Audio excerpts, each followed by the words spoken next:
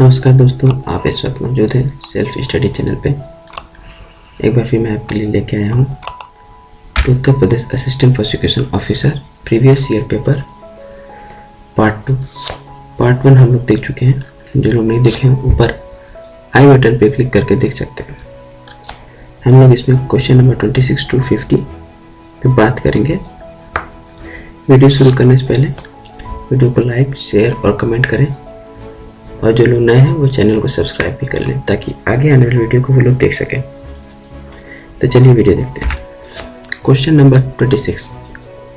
In subsection 1 of section 24 of the CRPC, after the word public prosecutor, the words inserted are 1 or more additional public prosecutor, 2 or more additional public prosecutors, at least 5 additional public prosecutors, none of the above. Section 24 sub clause 1, इसमें add किया गया public prosecutor के बाद 1 or more additional public prosecutor। ये appointment of public prosecutor से related question है जो कि चैप्टर 2 में मिलता है। Chapter 2 deals with section 6 to 25A and heading of chapter 2 is Constitution of Criminal Courts and Officers। तो 26 का उत्तर है A। हम लोग चलते हैं 27 पे। A warrant of arrest and the proclamation under section 82 of the CRPC were issued simultaneously and later a consequential order of attachment under section 83 was also issued. What is the legality of these orders? All the orders are perfectly legal. The order under section 82 is legal, but the order under section 83 is illegal. The order under section 82 is illegal and improper. Vitiate the consequential order of attachment and none of the above। देखिए, जो section 82 में proclamation होता है, इसमें proclamation warrant of arrest issue होने के बाद किया जाता है। यहाँ पे कह रहा है दोनों साथ में इशू होते हैं, जो कि पूरे प्रोसीडिंग को इलीगल बना देता है। और उसके बाद जो कॉन्सिक्वेंशियल ऑर्डर निकलता है 83 में, उसे भी ये विशिएट कर देगा, जो कि हम लोग का सेक्शन 27 का C ऑप्शन सही है। Next 28। Which of the following is correct regarding provision of bail in case of non-bailable offence? Bail may be granted if the court concerned comes to the conclusion that prosecution has failed to establish a prima facie case. Bail may be granted if the court is satisfied that, in spite of the existence of a prima facie case, there is a need to release such person on bail in view of fact and circumstances of the case. Bail cannot be granted to the accused who may be required for to be identified by the witness during investigation. If the offence is punishable with death, imprisonment for life, or imprisonment for 7 years or more, no person can be released on bail without giving an opportunity of hearing to the public prosecutor। इसमें हम लोग से correct पूछा है। देखने में तो आपको लगेगा कि सब करेक्ट है, लेकिन option D is correct. Section 82 section 436 bail के बारे में बताता है, जो कि बेलेबल ऑफेंस के बारे में, लेकिन सेक्शन 437 बात करता है नॉन बेलेबल ऑफेंस के बारे में। सेक्शन 437 के जब हम लोग प्रोविजन देखेंगे तो उस प्रोविजन में दिया है कि if the offence is punishable with death, imprisonment for life or imprisonment for 7 years or more, no person can be released on bail without giving an opportunity of hearing to the public prosecutor। लेकिन others के बारे में जो clause A और clause B है वो नहीं दिया गया है, और सी भी दिया गया है, लेकिन वहाँ पे कैन नॉट की जगह कैन है। इस पर आप ध्यान दीजिएगा। Next 27 for patrolling of the roads accordingly civil police shall be employed, armed police shall be employed, mountain police shall be employed और village chowkidar shall be employed. तो इसका ऑप्शन ए है, civil police shall be employed. Next 30. Which of the following is not necessary to constitute abetment by conspiracy? A. A conspiracy between two or more persons.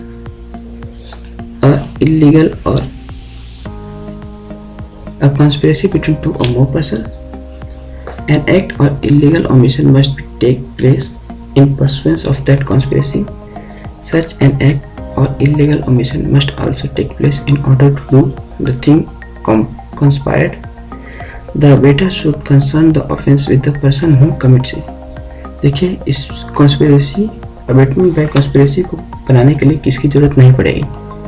तो देखिए, दो लोगों से ज़्यादा का होना जरूरी है, एक्ट होना चाहिए, और illegal omission must be take place in pursuance of the conspiracy.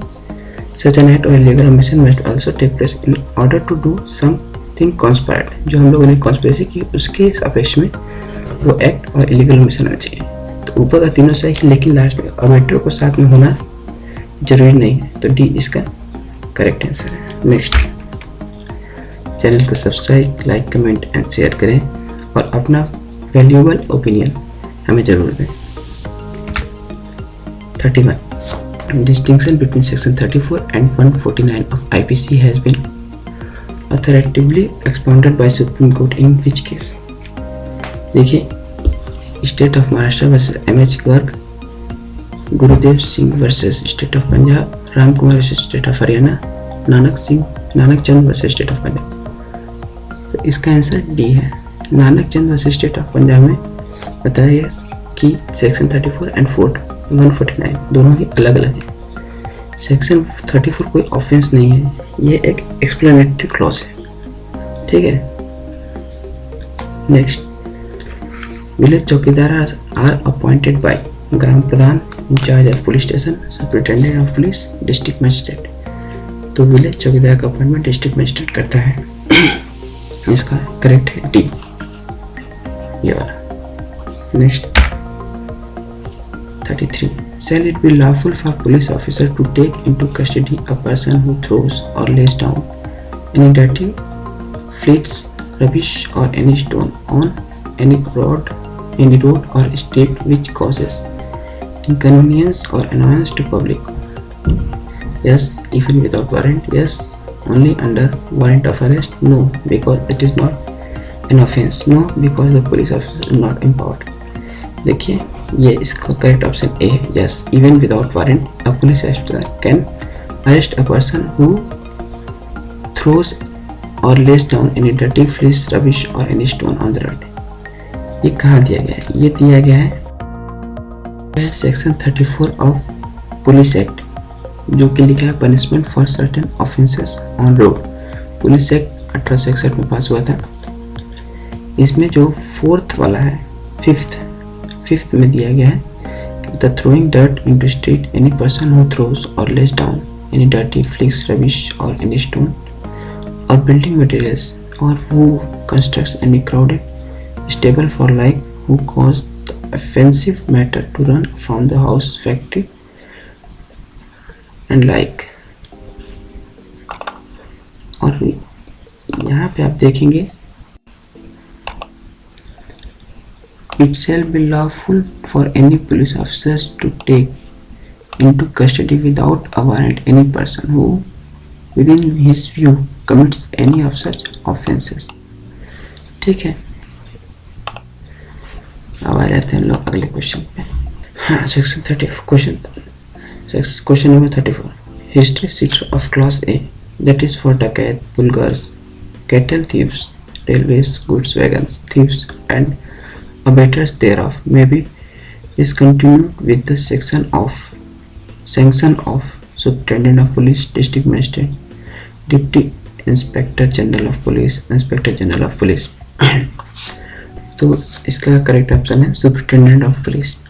History sheeter जो कि मेंटेन किया जाता है, एक रजिस्टर होता है जो पुलिस ऑफिसर द्वारा मेंटेन किया जाता है अंडर पुलिस रेगुलेशन में, जो कि हर स्टेट का अलग अलग होता है. उत्तर प्रदेश में उत्तर पुलिस रेगुलेशन के थ्रू एक बुक मेंटेन किया जाता है, हिस्ट्री बुक. इसमें वेरियस 2 क्लास होते हैं, क्लास ए और क्लास बी. क्लास ए में इन जो ऑफेंसेस का नाम दिया गया है उसको मेंशन रहता है, और क्लॉज बी में इससे लेसर ऑफेंस के हिस्ट्री सीटर ऑफेंडर के नाम लिस्टेड होते हैं, जो इनका डिसकंटिन्यूड सैंक्शन होता है सुपरिटेंडेंट ऑफ पुलिस के द्वारा। Next 35, which of the following entries not made in the village crime notebook part A? Main castes and tribals, specialties of the population, entries of the offense against the state, the village chowkidar. तो section C increase of the offence against the state, वो village crime notebook के part A में नहीं लिखा जाता है।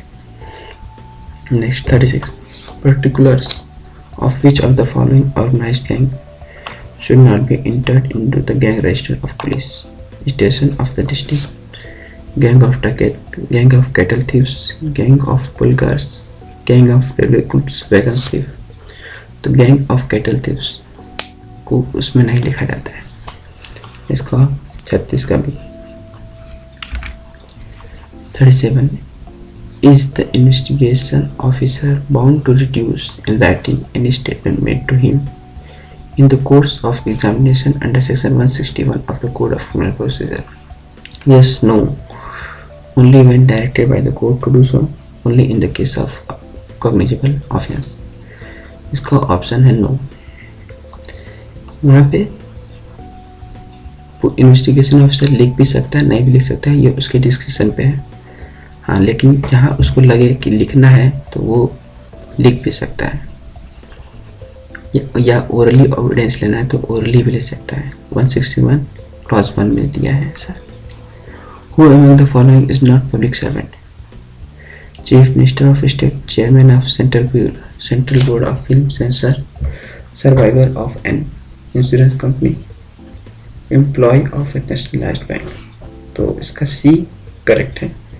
Survivor of an insurance company is not a public servant।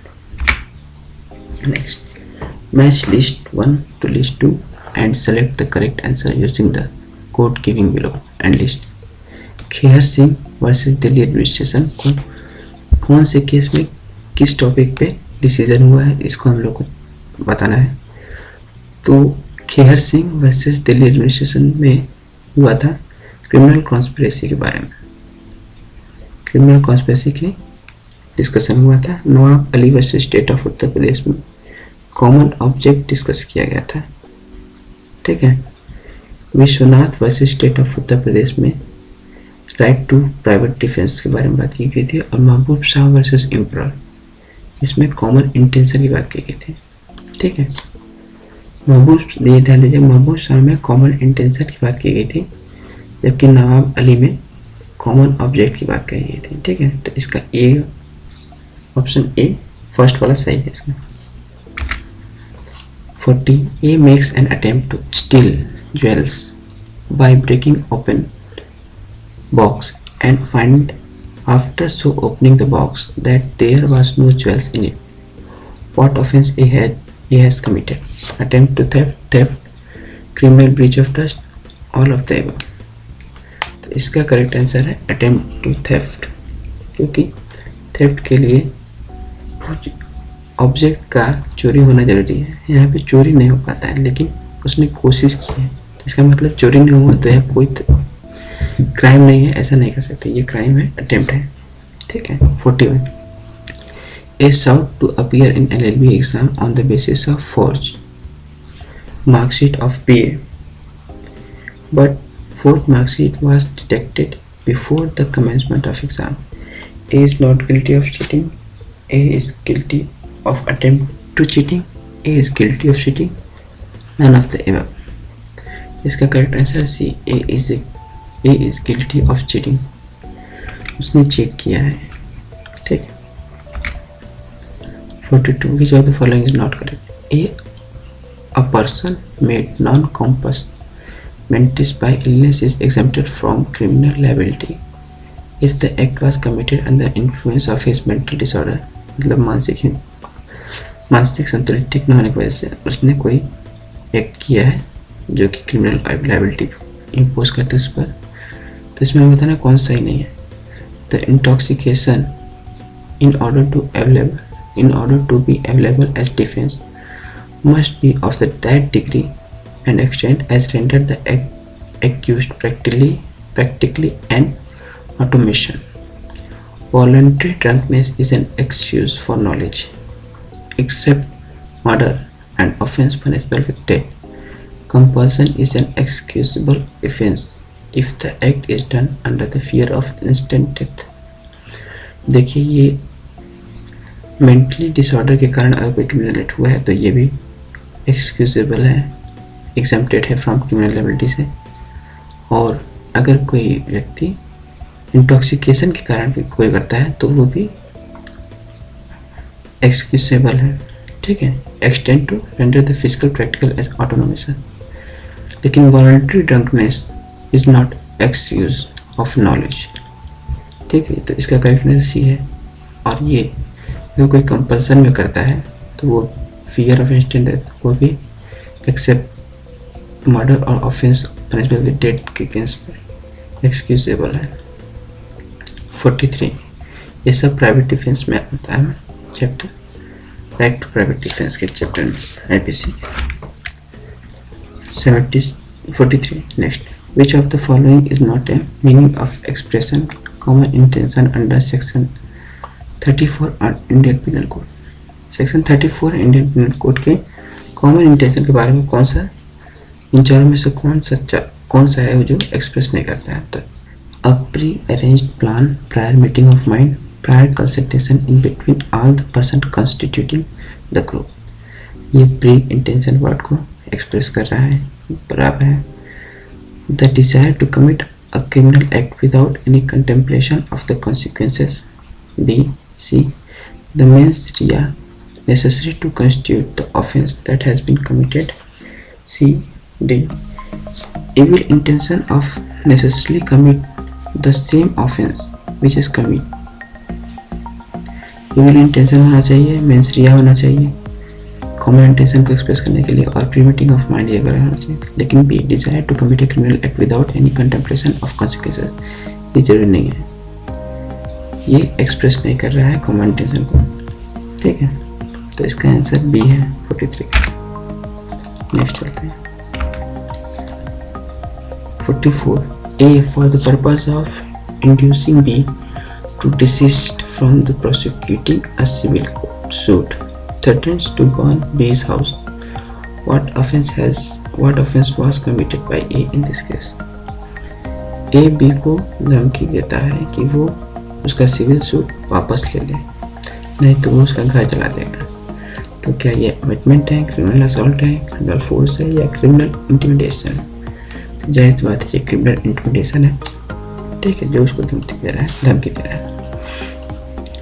Where a married woman dying of burns was a person of unsound mind and the medical certificate vouches her physical fitness for a statement and not the state of mind at the crucial moment। In which of the following cases the court said that the statement could not be relied upon?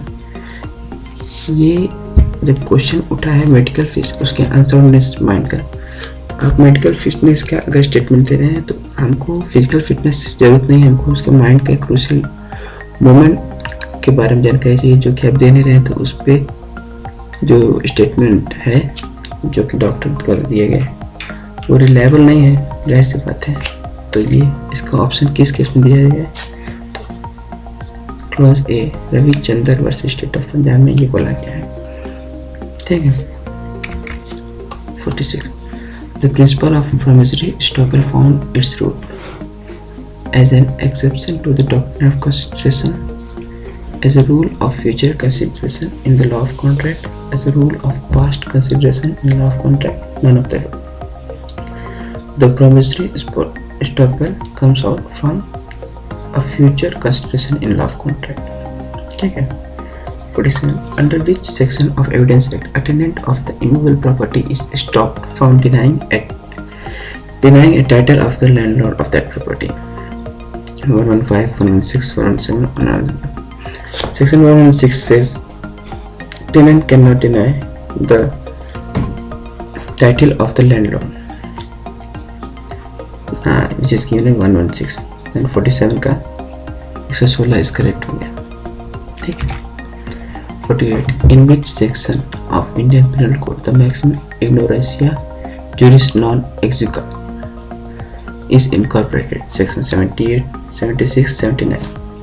देखिए IPC section 76 में दिया गया ignorance of fact is excusable but ignorance of law is not excusable। तो ये जो ऊपर Latin maxim दिया उसका करेक्ट आंसर हो जाएगा 76 में, ये इनकॉर्पोरेट किया गया है। ठीक है। नेक्स्ट है 49 A holds Jet down and fraudulently takes Jet's money and jewels from Jet clothes without Jet consent. A is guilty of committing theft, extortion, robbery and anything। तो देखिए ये जो है थेफ्ट नहीं है, थेफ्ट इसलिए नहीं है क्योंकि वो उसके प्रेजेंस में उसको थ्रेटन करके लिया गया है, उसको रॉन्गफुल कन्फाइन करके लिया गया है। तो जब रॉबरी होता है वो थेफ्ट और एक्सटॉर्शन से ही मिलके बनता है। तो रॉबरी के लिए फियर होना चाहिए या फिर किसी भी तरह का fear to death, fear to injury या रॉन्गफुल कन्फाइनमेंट होगा अगर थेफ्ट या एक्सटॉर्शन में, तो वो रॉबरी हो जाएगी। तो इसका 49 का सी रॉबरी है, जो कि रॉबरी के और रॉबरी दिया गया सेक्शन 390 ऑफ आईपीसी के 390 सेक्शन में है। नेक्स्ट चलते हैं match the list 1 to list 2। देखिए कौन से केस में क्या कहा गया है, कौन सा केस किस केस से रिलेटेड है, जिस केस में बहुत ही ज़्यादा लीडिंग केसेस हैं। Tukaram versus state of Maharashtra, ये किस केस से रिलेटेड है। State versus Nalini, Virendra Kumar Ghosh versus simple, state of Maharashtra versus Sukhdev Singh. Virendra Kumar Ghosh बहुत ही नामी गिरामी केस है, आईपीसी का हम लोग जानते ही होंगे, पढ़े हैं, पोस्टमार्टम मर्डर केस के नाम से। और स्टेट ऑफ नलनी है case Rajiv Gandhi murder case का है। Tukaram versus state of Maharashtra है मथुरा रेप केस के बारे में। और list of state of Maharashtra versus Sukhdev lastly general AS Vaidya case है। तो ऑप्शन ए इसका करेक्ट है। हम लोगों ने 25 क्वेश्चन कंप्लीट कर लिया है। आप लोग लाइक शेयर कमेंट करिए वीडियो को और अपना ओपिनियन जरूर दें और साथ ही साथ चैनल को सब्सक्राइब करें। Thank you. फिर मिलेंगे अगले वीडियो में।